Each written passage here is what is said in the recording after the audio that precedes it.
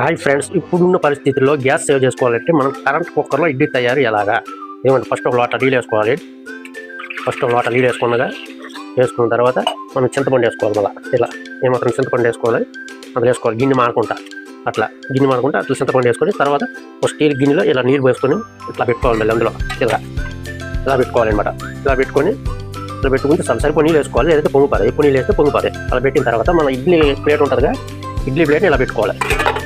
Idli plate ఇలా పెట్టుకొని అలా ఇడ్లీ ప్లేట్ పెట్టుకొని మొత్తం ఇలా వేసుకోవాలి. మేము గరిటేసి వేసుకుంటే ఇలా గరిటేసి వేసుకోవాలి. ఇడ్లీ 4 ఇడ్లీలు పడుతుందండి.